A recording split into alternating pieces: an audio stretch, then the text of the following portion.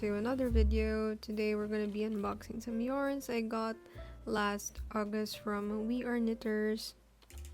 I've been wanting to try out their yarns ever since I started knitting because I've been seeing them all over Instagram, and I decided to try out some of their Petite wool. The package came from Germany all the way here to Manila. They ship express, there's no option for standard shipping. So I got it fast, which just took a little over a week considering that it's coming all the way from Germany. For my first purchase, I got 2 bundles of Petite wool. Each bundle has 6 skeins, and I got them in a discounted price because I think they are doing like a 10% off sale during that time. So yeah, and I also used Tiffany Liew's code. If you don't know her, she's a knitting YouTuber. I'll link her channel down below. And yeah, I was able to get an additional 10% off because of her code, which is really nice because their yarns are honestly quite expensive. So I suggest that you keep an eye out whenever they're doing discounts. For the colors, I got 5 colors for the 2 bundles, and each skein is 100 grams in weight with 153 yards. This is a worsted Aran weight with 1 ply. So this one is the ivory, which is like an off-white color. Second one is the spotted mauve, which is like a muted purple. And as you can see, each skein is about the size of my hand, which is quite big, and it also goes a long way. Also, they are really soft, which makes them really squishy. Next is the Yarnicorn. I can say that this might probably be my favorite because it reminds me of all things rainbow, cotton candy, and overall light and fun because of the pops of color all throughout, and it really looks very nice when knitted and stockinette. Next that I got is the ochre. I actually still don't have any plans or projects for this one, but I'm thinking I'm just gonna make a knitted crop top maybe for this summer next year. For the last one, which is the spotted pink. Okay, so for this one I was a bit disappointed with the actual color because I was expecting a much lighter and warmer tone. So those are all the colors that I got. I still have about, I think, 7.5 skeins left. So I have a couple of projects sparked for those, and also just a little bit more about the wool. For the gauge swatch, I use the recommended knitting needles, which is 8mm, and then here are just some of the samples that I made just to check out which colors look nice together. The Petite wool is, according to the We Are Knitters website, their wool is 100% Peruvian wool and it's all natural fiber. Here I'm doing making a cardigan using the ivory yarn. Okay, so I was about to order more of the ivory yarn last week, but sadly they are not shipping to the Philippines as of the moment because of some shipping restrictions in Germany. Anyway, the first time that I tried this, I was happy with how it feels on my hands. It's very lightweight and smooth. I actually didn't know what to expect with wool since I haven't worked with wool. I just was working with cotton and acrylic. So yeah, the only thing that I had to get used to is the peeling, because sometimes when I have to undo and pick up stitches, it peels a lot. also, given that this is also just a one ply yarn, it's unavoidable to get like those teeny tiny hair like shedding off. Okay, so hi, just popping in to work on using the Petite wool yarn. So this one is a sweater vest that I did last month. This is using Yarnicorn and the ivory color, and as you can see, it really has this nice cotton candy looking texture.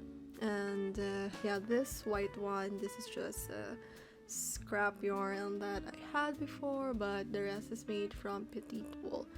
So in terms of number of skeins, I just use 1.5 skein for this whole sweater vest, and I think for the ivory color, just I think 1/4 or barely 1/4 of it, like that one ball of yarn. So yeah,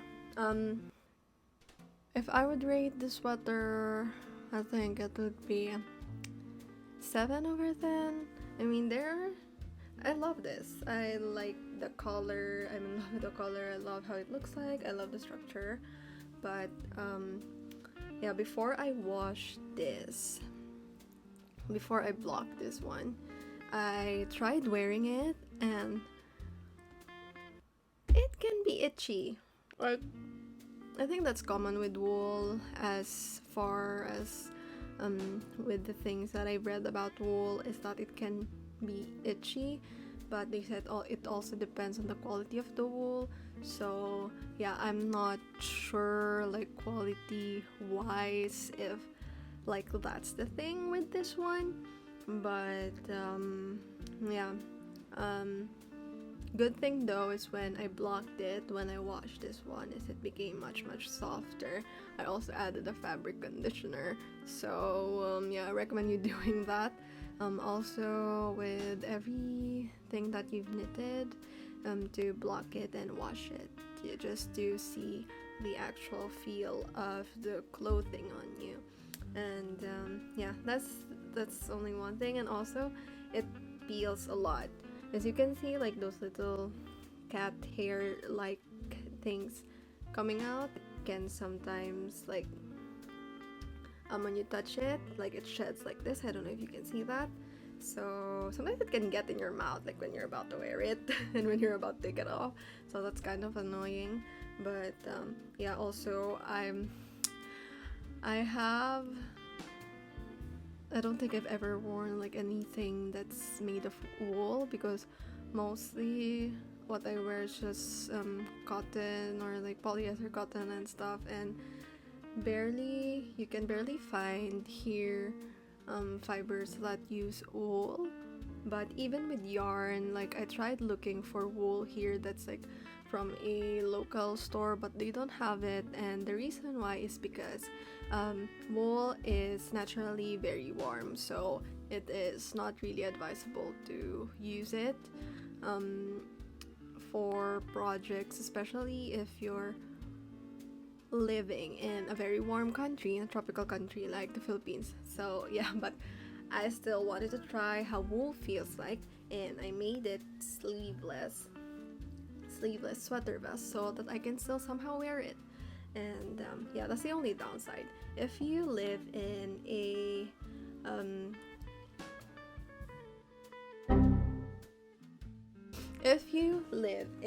colder country, then wool is very much effective in making in keeping you warm. But yeah, that is something that's not our problem here in the Philippines, because most of the time it's like 30 plus degrees here. And yeah, but wool is suitable for very like for cold weather. So if you want to keep yourself warm, then wool is the way. It's something that can be used for like winter projects and stuff, so to keep you warm. And yeah, here I just did a mix of like, I added this little like garter stitch to add some texture, with the piece, and yeah, it turned out really nice. And another thing that I'm working on using this yarn is this cardigan for my mom. So this I made using cable knitting, and this is my cat. I think she's seeing a bird, and yeah, and here, this is how it looks like. This is how it currently looks like with the cables. So this is the sleeve part, and these are the front panels, and this is the back panel. So with the back panel, I just did a stockinette stitch because there's no way I'm doing cable with that, because it takes a long time and it takes a lot of yarn. I almost ran out of yarn with this one, with the ivory color. Gladly I didn't, and I was still able to fit all the yarn I have left for this one. And this is actually for my mom, this is not for me. So and her size is a bit bigger, so this also takes up more yarn, and also cable knitting in general takes a lot more yarn than regular stockinette and garter stitch.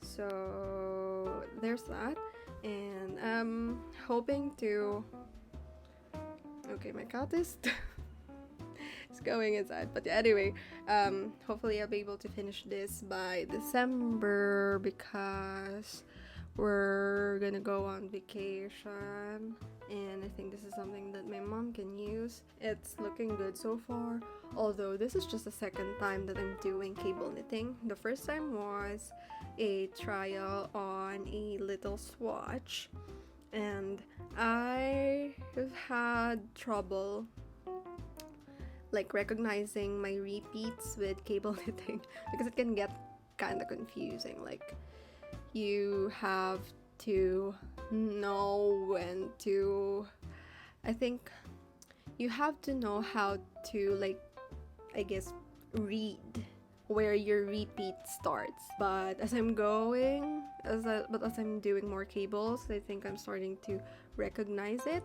So yeah, it takes a lot of patience and training your eye to recognize those repeats, because if you don't, it will really mess up your whole cable pattern and it won't look so good. So yeah, this is just my current whip. I'm doing another one, a pull over sweater, but I'm using a different yarn for all that. I'm using Lion brand. It's called it's using 10, it's a yarn with 10% alpaca and then 90% acrylic. So yeah, but it's a different yarn. Overall, I'm really loving this. Like, look at that. I think I'm obsessed with cables. I didn't think that I can do this. And also I've been using this book as a reference. So it's called La Bible du Tricot. It's a French book, because I'm also I'm learning French and I'm learning knitting, so why not put them into one book? So yeah, it's actually a gift to me, and it's very nice because there's like a whole bunch of different stitches in here, and as you can see, like, the patterns are in sentences, like the description of the rows, but there's also like this little diagrams that will tell you what to do. This is very helpful because not every stitch is like out there in YouTube or something that you can really find like in YouTube tutorials, and it's really very useful to be able to learn how to read patterns like this one. So yeah. Okay, so that's it for this video. I don't know how to end this. I guess If you have any other yarns that you really like working with, or if you have tried out any other natural fibers too of yarns that you can recommend, then let me know, because I would really like to try different kinds of yarns. And yeah, I don't know how to end this, but I guess I hope you have a good week. It's currently Sunday here and it's very gloomy. I think I'm just gonna read for a bit later, because it's a work day again tomorrow, which is, but yeah, I'm just gonna have a chill rest of the day, and I hope you guys have a great week ahead. And yeah, see you in the next video.